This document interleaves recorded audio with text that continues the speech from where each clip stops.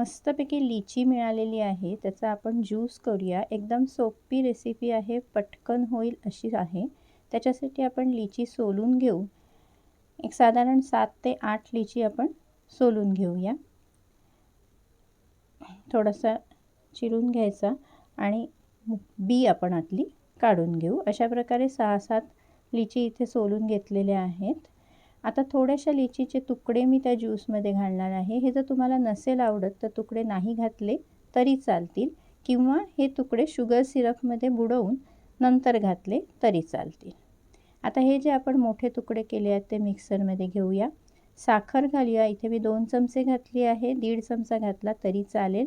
थोडंसं काळं मीठ घालून एक चिमूटभर आणि इथे हा जो आहे हा ताक मसाला आहे तो घातलेला आहे. ताक मसाला नसेल तर जिऱ्याची पावडर, मिरीची पावडर आणि थोडासा चाट मसाला असं घालायचं.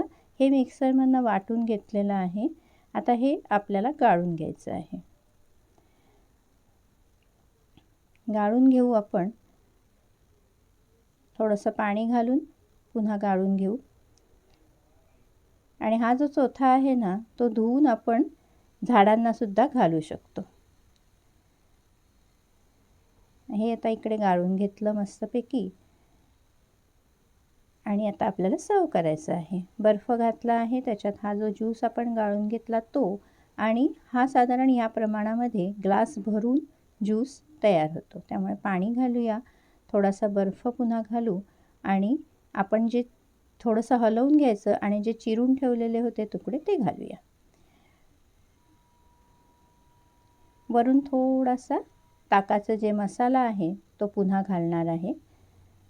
असा आपला लिचीचा ज्यूस तयार आहे. एकदम रिफ्रेशिंग असा ज्यूस आहे.